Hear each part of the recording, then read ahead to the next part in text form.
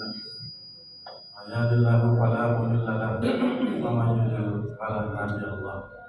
أشهد أن لا إله إلا الله وأشهد أن محمدا عبده ورسوله. اللهم صل على سيدنا Muhammad wa ala ali sayyidina Muhammad. Yang kami hormati Bapak Al-Ustaz Haji Romli Ronald Nasir Hari. Yang kami hormati Ketua DKM Masjid Al-Barokah beserta pengurus. Yang kami hormati Bapak-bapak, Ibu-ibu jemaah sholat maghrib menjelang waktu. Puji dan syukur selalu kita panjatkan kepada Allah Subhanahu wa Ta'ala karena berkat jasa, karena rahmat dan perjuangan pada hari ini kita semua masih diberikan iman Islam, iman serta iman kesehatan sehingga kita dapat hadir di masjid kita ini.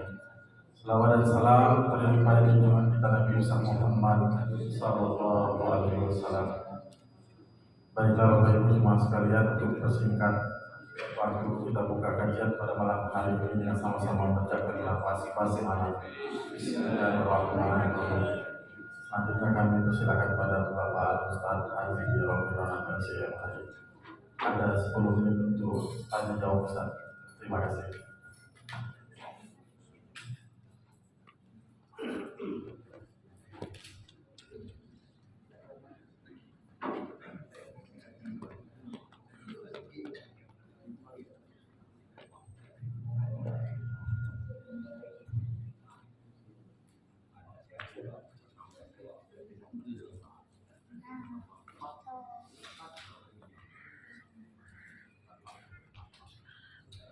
Allah. A'udzu billahi minasyaitonir rajim. Bismillahirrahmanirrahim. Assalamualaikum warahmatullahi wabarakatuh. Waalaikumsalam.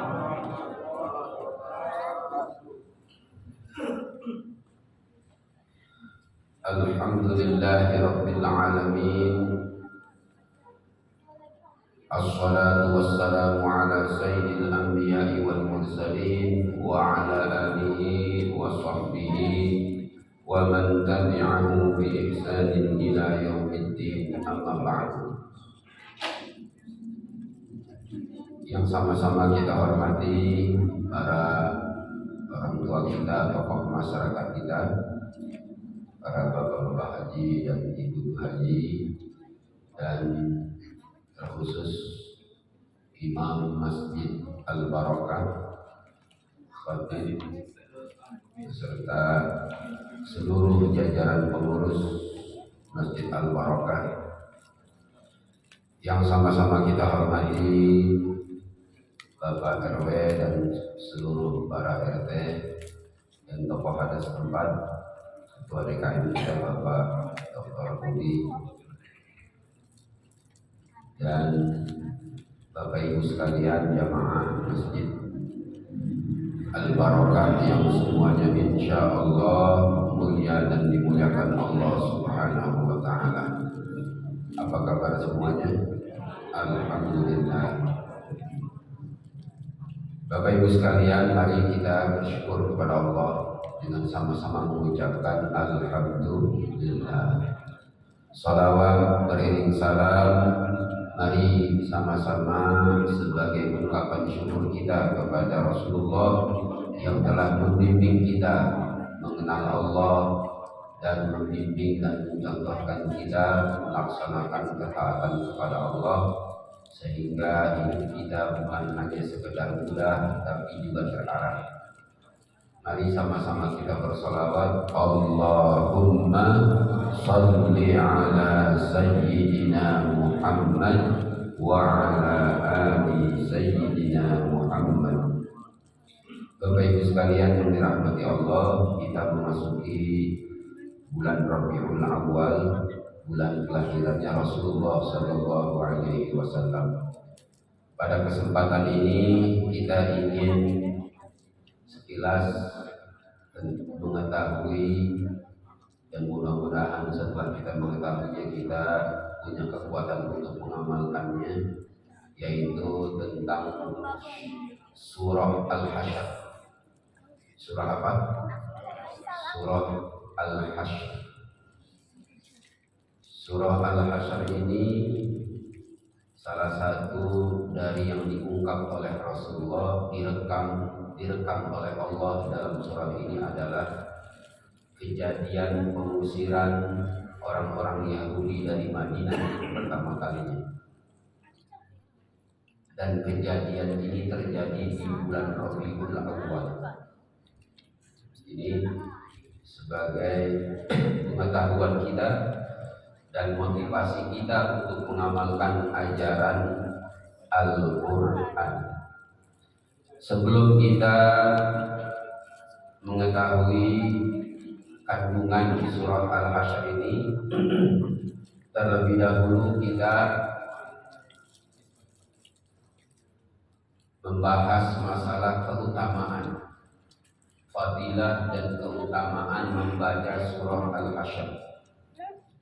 Biar kita ini mengakrabkan diri, atau surah Al-Hasyr kita jadikan sahabat ya, dalam keseharian kita. Dalam tafsir Al-Qurtubi di sini dijelaskan bahwa Ibnu Abbas, dari Ibnu Abbas meriwayatkan anna Rasulullah sallallahu alaihi wasallam qala, bahwasanya Rasulullah sallallahu alaihi wasallam bersabda, man qara'a surat al-Hasyr, barang siapa yang membaca surah Al-Hasyr, lam yabqa syai'un minal jannati wan nar, tidaklah surga, neraka, wal arsh, begitu juga singgasana Allah, wal kursi, dan kekuasaan Allah, was samawati wal ard, angkasa raya langit dan bumi itu, warrih, begitu juga angin, was sahab, awan,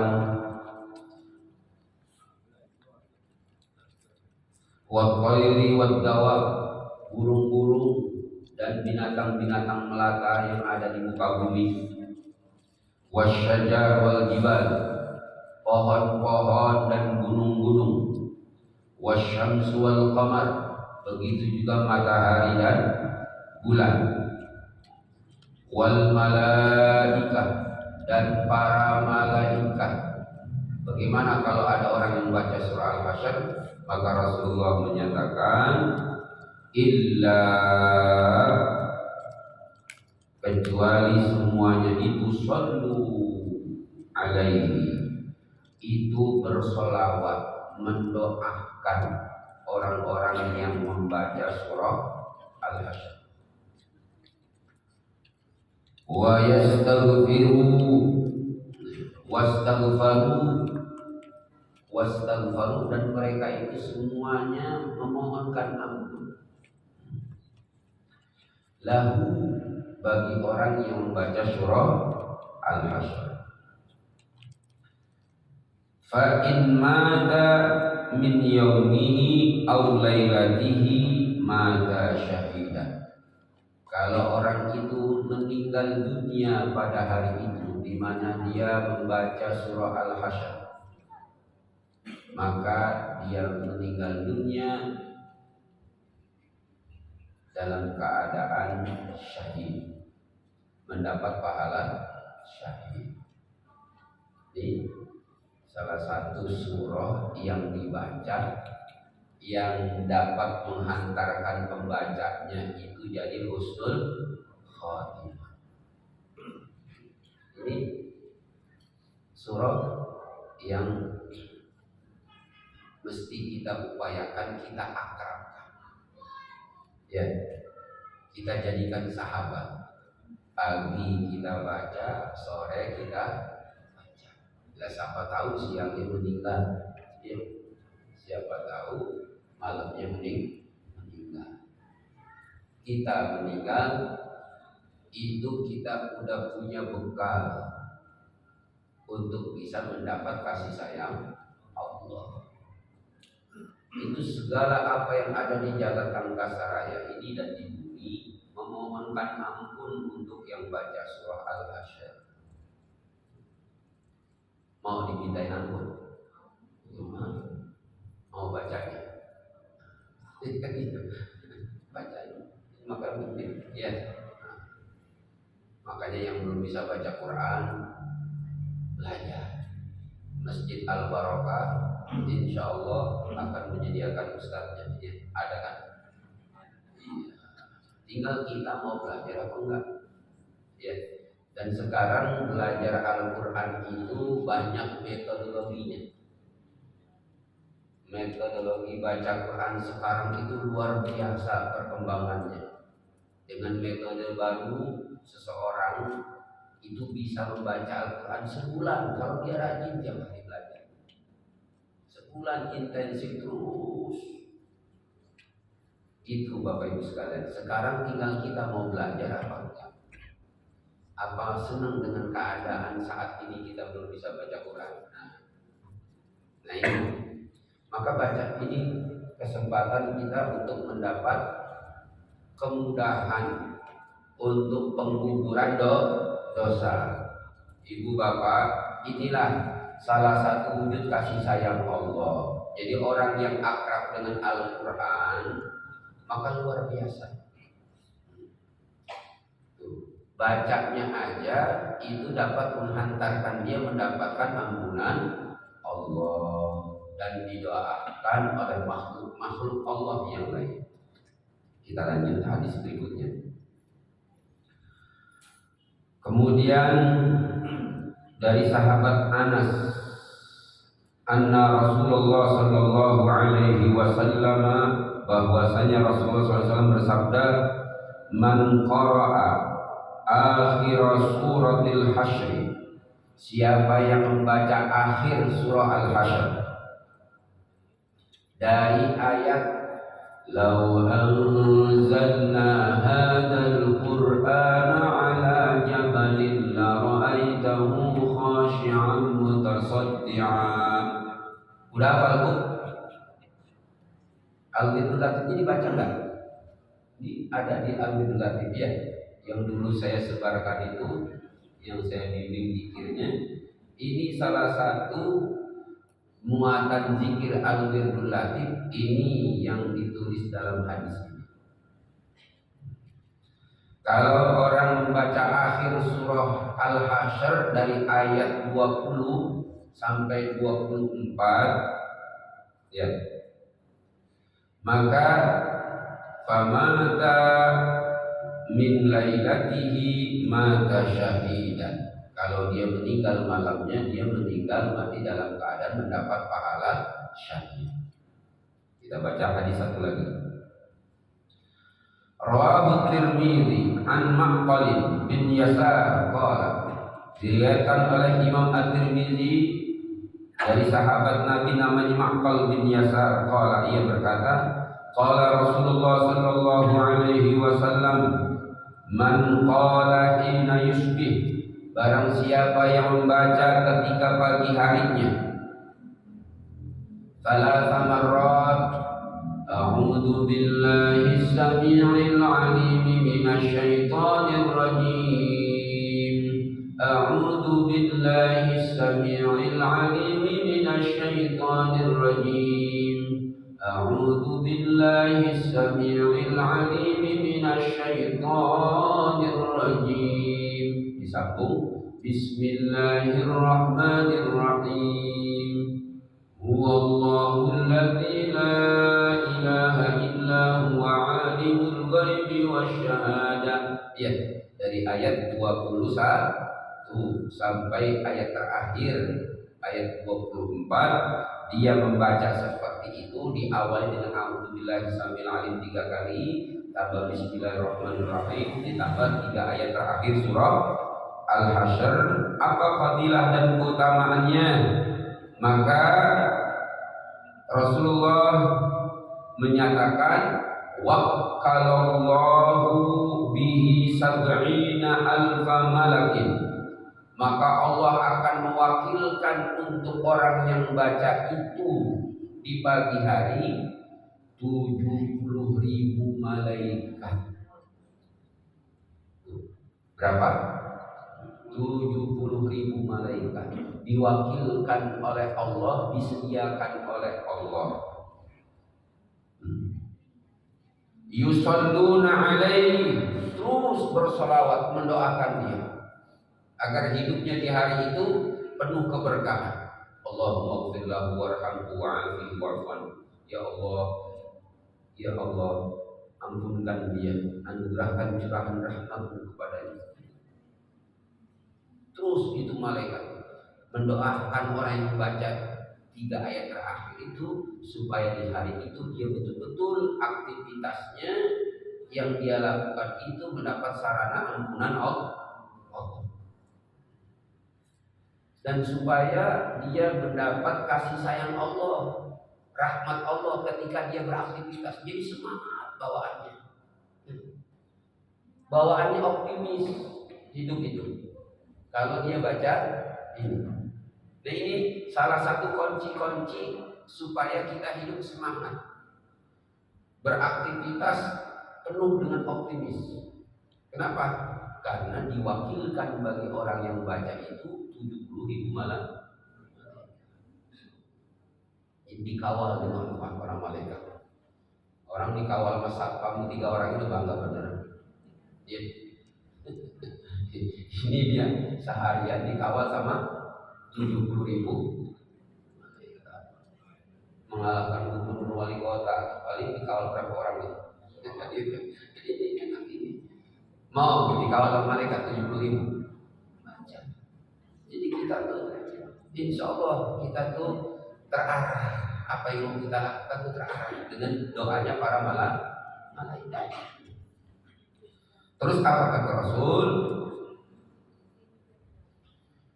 Wa in mata fi yaumihi mata syahidan. Kalau dia mati di hari itu di siangnya, dia paginya tadi baca itu, maka dia kalau meninggal matinya mati dalam keadaan mendapat pahala syahid.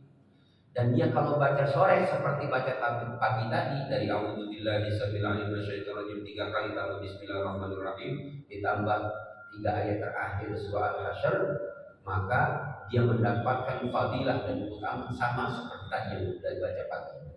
Makanya dalam wirid al-wirdul latif digabung hadis pertama dengan hadis kedua. Gimana digabungnya? Dimulai dari a'udzubillahi samil alim minasyaitonir rajim baca 3 kali ditambah bismillahirrahmanirrahim, kemudian dibacanya dari lau anzalna hadzal Qur'an dari ayat 20 sampai 24. Kalau yang ngamalin akhir dapat, ya. Nah, makanya itu Pak, silahkan diamalkan. Insya Allah. Ini keutamaan surah Al-Hasyr. Nah, Bapak Ibu sekalian yang dirahmati Allah Subhanahu wa taala, kita masuk ayat pertama. Kita ngaji tafsir ya. Sabbaha lillahi ma fis samawati wa ma fil ardh. Sabbaha, bertasbih. Lihat, bertasbih lillah, kepada Allah, untuk Allah, karena Allah semuanya bertasbih. Ma fis samawat, apa-apa yang ada di angkasa raya, di langit 7 lapis langit, dan yang apa yang kita tak ketahui. Karena yang kita tahu 7 lapis langit sebenarnya nggak tahu kita, iya. Karena itu masih menjadi rahasia Allah. Itu semuanya yang ada di sana itu semuanya bertasbih. Wa ma fil ardi, dan apa-apa yang ada di bumi semuanya bertasbih. Apa makna tasbih? Tasbih itu artinya sabaha itu artinya menjauh.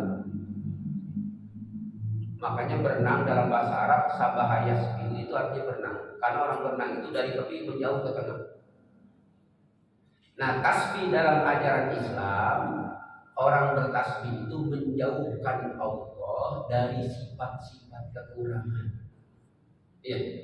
Jadi apapun yang menjadi ketentuan Allah itu sempurna dan itu menjadi maslahat bagi alam jagat raya ini dan bagi manusia. Gitu.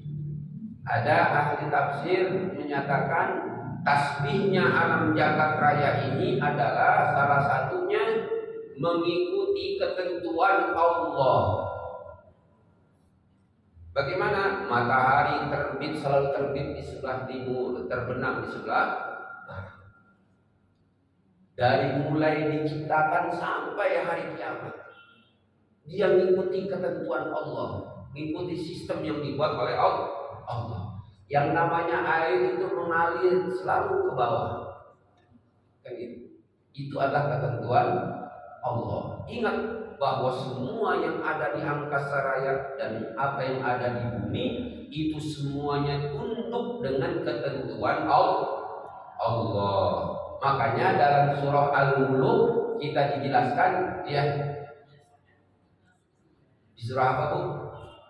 Surah Al-Mulk. Ibu, Pak, ingat nggak ada ayat A'amintum man fis samai ay yakhsifa bikumul arda fa idza hiya tamur. Hai siapapun kamu yang hidup di muka bumi, a'amintum, apakah kamu merasa aman?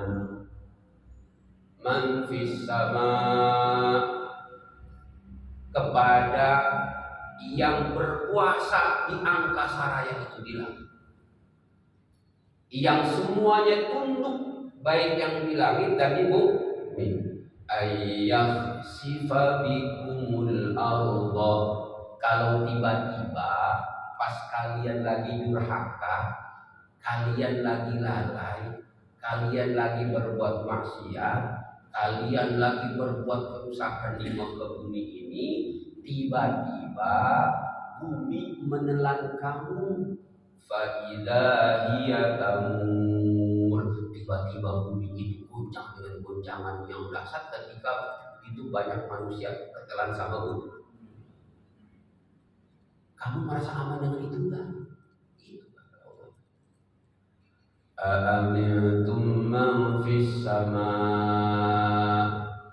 apakah kalian merasa aman hidup di muka bumi ini, berbuat semau kamu, apakah kamu merasa aman? Man fis sama, kepada siapa yang punya kekuasaan di langit dan di bumi, ayyursila alaikum hasiba, kalau tiba-tiba dari angkasa raya itu kamu sekalian dihujani dengan badai batu, meteor-meteor jatuh ke bumi, habis kamu, kata Allah begitu. Ya. Ini ayat ini Bapak Ibu sekalian, yang makanya orang kalau baca surah Al-Hasyr ini langsung dia tertunduk dengan kekuasaan dan kebesaran Allah. Maka Allah kasih tahu kalau kita baca Subhanallah, misalnya saya baca Subhanallah hayrobli, bertasbih kepada Allah apa yang ada di langit dan apa yang di bumi. Mereka semuanya tunduk kepada Allah. Siapa kamu, Rabbi? Kan gitu kan? Kamu itu nggak ada apa-apanya, kecil. Siapa kamu? Iya. Allah tegaskan di ujung ayat ini, wa huwal azizul hakim, dan dia Allah itu yang bertasbih apa yang ada di langit dan apa yang ada di bumi.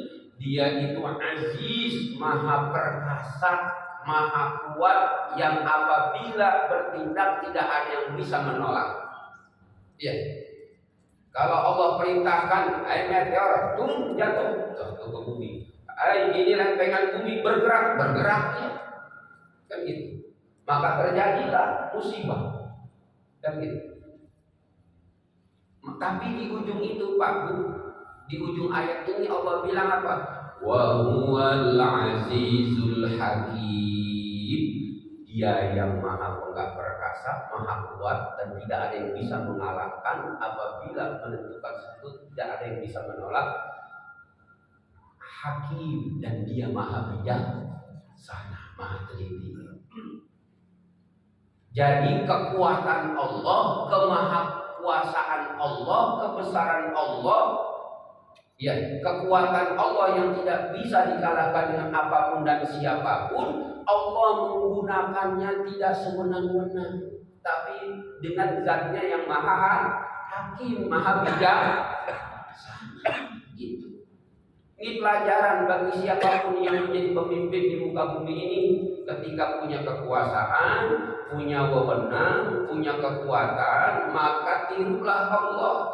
Tidak menggunakan kekuasaannya, kekuatannya, kedikjayaannya untuk menghabisi, tapi untuk membuat kemaslahatan.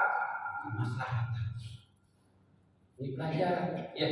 Jadi siapapun yang punya kekuasaan, yang dapat kekuasaan, yang punya kekuatan yang dahsyat, yang nggak bisa dikalahkan, gunakan kekuatan dan kekuasaan itu seperti Allah. Menggunakannya dengan kebijaksanaan. Ini pelajaran di awal surah ini, kita dapat bimbingan begini. Jangan mentang-mentang kuat, meremehkan yang lemah, ya, menindas yang lemah. Tapi gunakan kekuatan itu untuk meningkatkan orang-orang yang lemah. Sebagaimana Allah Subhanahu wa ta'ala. Nah, ini Bapak Ibu sekalian, kita dibimbing di ayat ini ketika kita membaca Al-Quran itu luar biasa. Jadi digandengkan sifat aziznya Allah dengan hakim, ya. Dan hakim itu artinya teliti, ya. Makanya hakim itu sifat yang melihat, yang melekat padanya harus teliti. Nggak boleh hakim sembarangan sembrono. Nggak boleh hakim itu, ya, karena keputusannya itu akan menentukan orang lain. Dan keputusannya itu akan membuat gaduh atau membuat ketenangan satu masyarakat. Maka dia harus teliti. Itu mana hakim. Maka Allah teliti. Allah tidak salah ketika menentukan ini terjadi, itu terjadi. Semuanya itu dengan ketelitian dan kebijaksanaan Allah. Makanya siapapun yang di muka bumi, kalau dia rajin dikasih rezeki sama Allah. Yang malas, itu ketentuan berlaku. Nanti tinggal bagaimana di akhirat. Dia kerja kerasnya karena iman kepada Allah, apa karena pengen hanya sekedar hidup bahagia di dunia? Gitu, iya kan? Kerja kerasnya dasarnya apa? Nanti pengadilan Allah di akhirat. Ada orang baik, memberi masyarakat, masya Allah, apa aja dibantu, kegiatan apa aja dia ikut, dengan hartanya, dengan tenaganya. Tapi dia lakukan bukan karena Allah, maka dia tidak mendapat apa-apa di akhirat. Tapi dia itu mendapatkan di dunia, dikenal orang dermawan, dikenal orang yang baik, dikenal orang yang perhatian. Allah kasih. Nah, ini Bapak Ibu sekalian, kita lanjut ayat berikutnya. Huwallazi akhrajal ladzina kafaru min ahlil kitab min diyarihim li awwalil hashr. Huwallazi akhrajal ladzina kafaru. Dialah Allah yang telah mengeluarkan orang-orang yang ingkar kepada Allah min ahlil kitab, dari ahlil kitab, orang-orang yang mereka itu meyakini kitab Allah juga, pengikut Nabi Musa, Iya. Kitabnya apa namanya?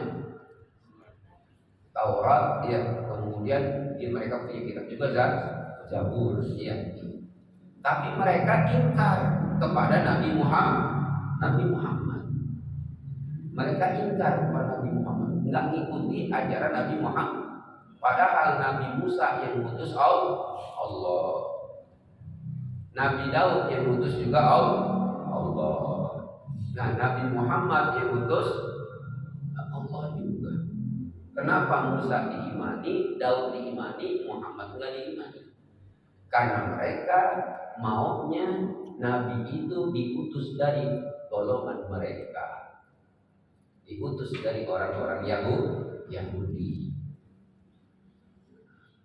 Lah emang Tuhan cuma memilih orang Yahudi, kan gitu kan? Nah, Tuhan ini Tuhan seluruh manusia.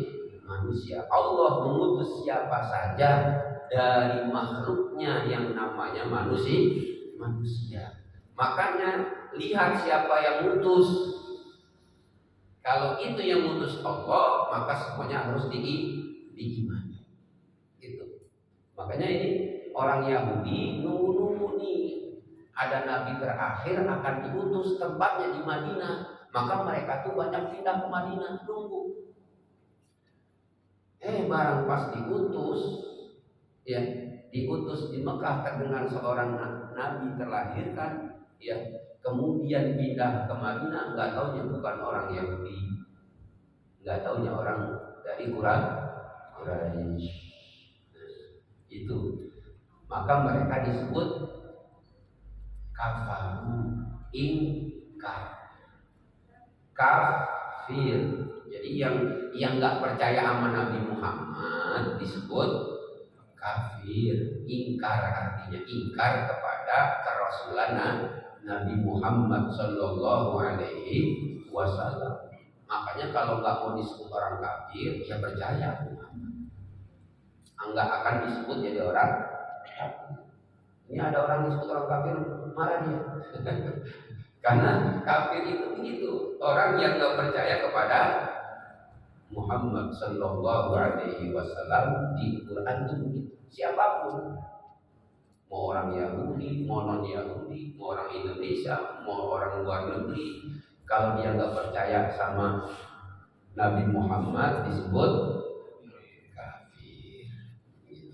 Maka di sini huwallazi akhrajal ladzina kafaru, dialah Allah yang maha kuat lagi maha perkasa, yang tidak dikalahkan kekuatan-kekuatannya itu dengan apapun dan siapapun, dan dia maha bijaksana.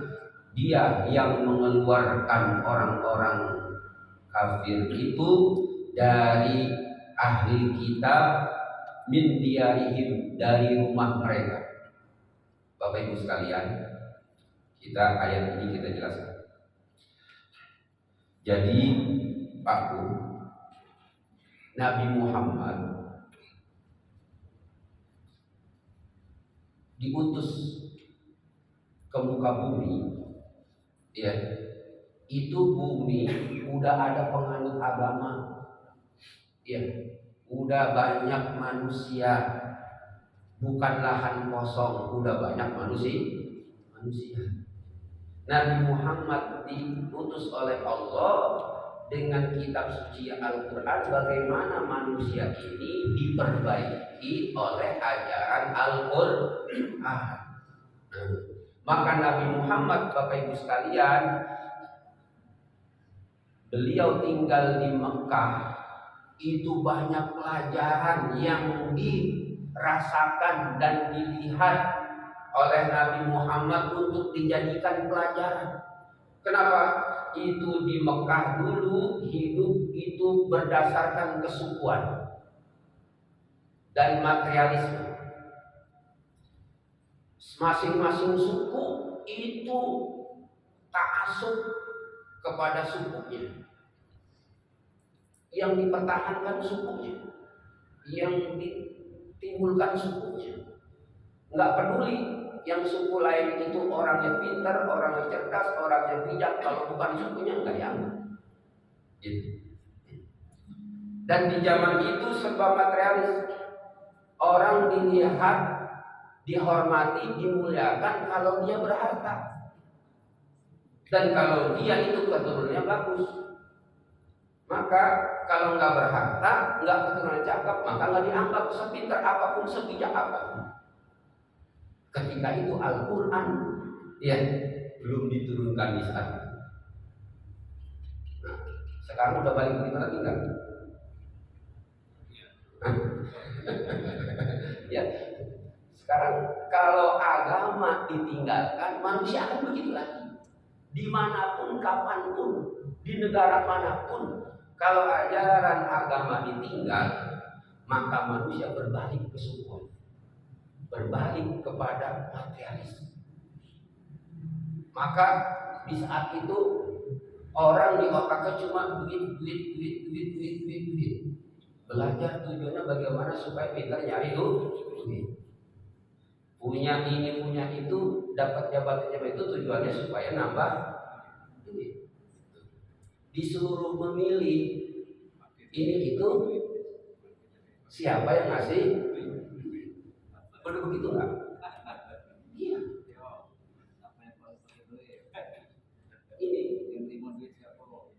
Ini kalau makanya Nabi Muhammad pada waktu itu mempelajari betul. Begini. Maka Nabi Muhammad diwahyukan oleh Allah untuk menerapkan ajaran Al-Quran di negara itu, di wilayah itu bagaimana. Jadi Nabi Muhammad tantangannya luar biasa. Makanya sampai diusir dari Mekah, dia ke Madinah. Nah, Bapak Ibu sekalian yang rahmati Allah, maka sampai di Madinah, ketika sampai di Madinah, Rasulullah ingin mengubah dasar kehidupan orang Mekah, ya, yang didasari atas kesukuan dan materialisme, itu diganti oleh Rasulullah, diupayakan berdasarkan Al-Quran. Apa itu? Yaitu masyarakat pertama yang didasari atas ketuhanan, ya, didasari atas ketuhanan. Yang kedua didasari atas kemanusiaan. Tuh. Maka Bapak Ibu sekalian, ketika Rasulullah masuk Madinah, Rasulullah sampai di Madinah bilang apa? Ya ayuhan nas, wahai manusia. Wahai manusia. Rasulullah menyapa semuanya. Mau orang yang beriman ke Nabi atau yang tidak beriman, atau yang berkeyakinan seperti Yahudi atau Nasrani, atau orang yang belum punya keyakinan, maka disapa oleh Rasul, wahai manusia. Rasulullah enggak nyapa wahai orang-orang yang beriman, enggak. Ayo, selagi kalian manusia, ayo perhatikan sih. Jadi yang dipanggil oleh Rasulullah sisi kemanusiaan masyarakat Madinah. Tuh. Apa kata Rasulullah? It'amut ta'am. Ayo, semuanya berupaya untuk memberi makan. Orang yang lemah kita perhatikan. Apapun sukunya, apapun keyakinannya, apa dari manapun asalnya. Selagi dia manusia, dia dekat dengan kita, dia butuh kita bantu. Kata Nabi begitu. Iya, karena dia sama-sama manusia. Lihat bu, ini Quran yang ingin diterapkan sama Nabi itu begitu.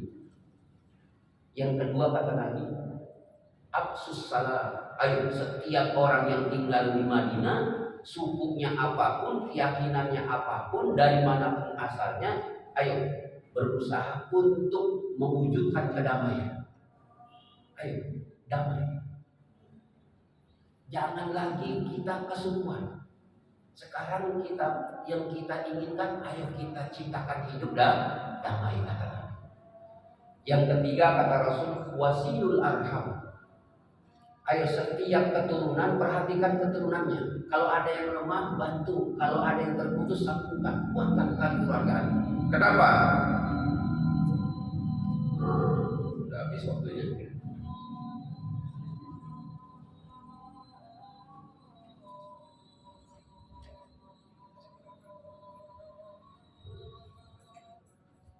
Tafsir surah kedua nggak sampai berarti. Nah, terakhir dikit lagi Bu ya. Jadi karena negara masyarakat ini negara ini basisnya adalah keluarga. Kalau keluarganya kuat, maka masyarakat jadi kuat. Kalau setiap masyarakat kuat dengan keluarganya kuat, maka negara jadi kuat. Dimulai dari keluarga. Sehebat apapun perubahan yang diinginkan, kalau nggak dari keluarga susah. Makanya keluarga. Itu makanya keluarga dibentuk dalam ajaran Islam. Ayo masing-masing keluarga muslim dibina pertama dengan sholat berjamaah. Iya kan? Dan di masjid inilah dibina keyakinannya. Setelah keyakinannya mantap, dibina ekonominya, gitu kan? Maka masjid nanti kalau ada kasnya bagus, banyak, perhatikan warga sekitar masjid.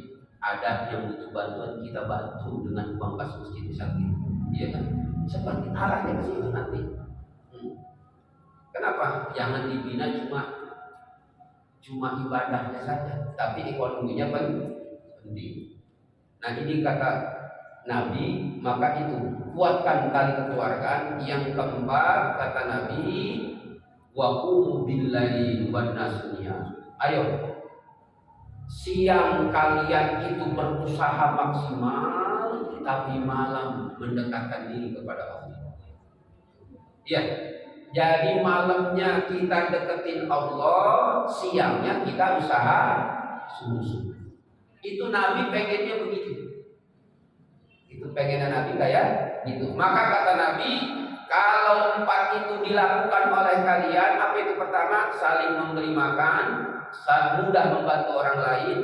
Kedua, niat semuanya, setiap diri, kelompok dan suku itu niatnya membangun kerukunan kedamaian. Yang ketiga, menguatkan tali silaturahmi antar kekeluargaan. Kalau ada permasalahan keluarga, cepat-cepat selesaikan. Yang keempat, bangun malam, dekati Tuhan. Maka tadkhulunal jannata bisalam. Kamu nanti semuanya masuk surga dengan penuh keselamatan. Ya, ini nanti kita lanjutkan tafsir berikutnya, ayat berikutnya. Insya Allah. Ini kisah tentang Bani Nadir, banyak hikmahnya yang terjadi bulan Rabiul Awal. Mudah-mudahan insya Allah. Terima kasih, semoga ada manfaatnya. Allahumma sholli ala Muhammad ya Rabbi, sholli alaihi wa sallim. Allahumma sholli ala Muhammad ya Rabbi, sholli alaihi wa sallim. Allahumma sholli ala Muhammad ya Rabbi, sholli alaihi wa sallim. Allahumma sholli wa sallim wa barik alaihi. Terima kasih dan mohon maaf. Assalamualaikum warahmatullahi wabarakatuh. Waalaikumsalam warahmatullahi wabarakatuh. Ya Bapak Ibu sekalian, jemaah sekalian telah tadi